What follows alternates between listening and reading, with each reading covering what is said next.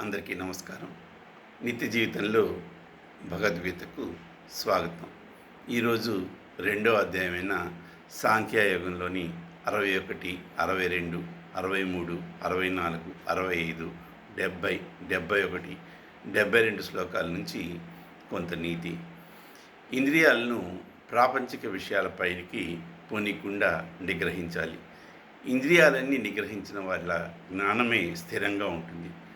అప్పు లేకుండా చూసుకోవాలి. ఎప్పుడు కొంత డబ్బు చేతిలో ఉండేటట్లు చూసుకోవాలి.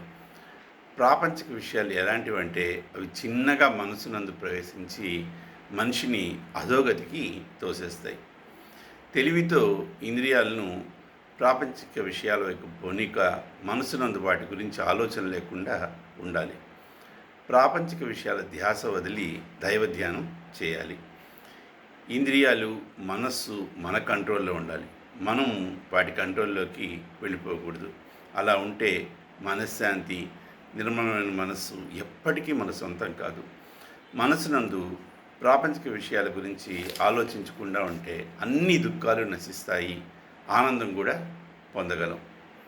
కోరికలకు బానిసైన వాడు, ప్రాపంచిక విషయాలందు ఆసక్తి కలవాడు ఎప్పటికీ శాంతిని పొందలేడు.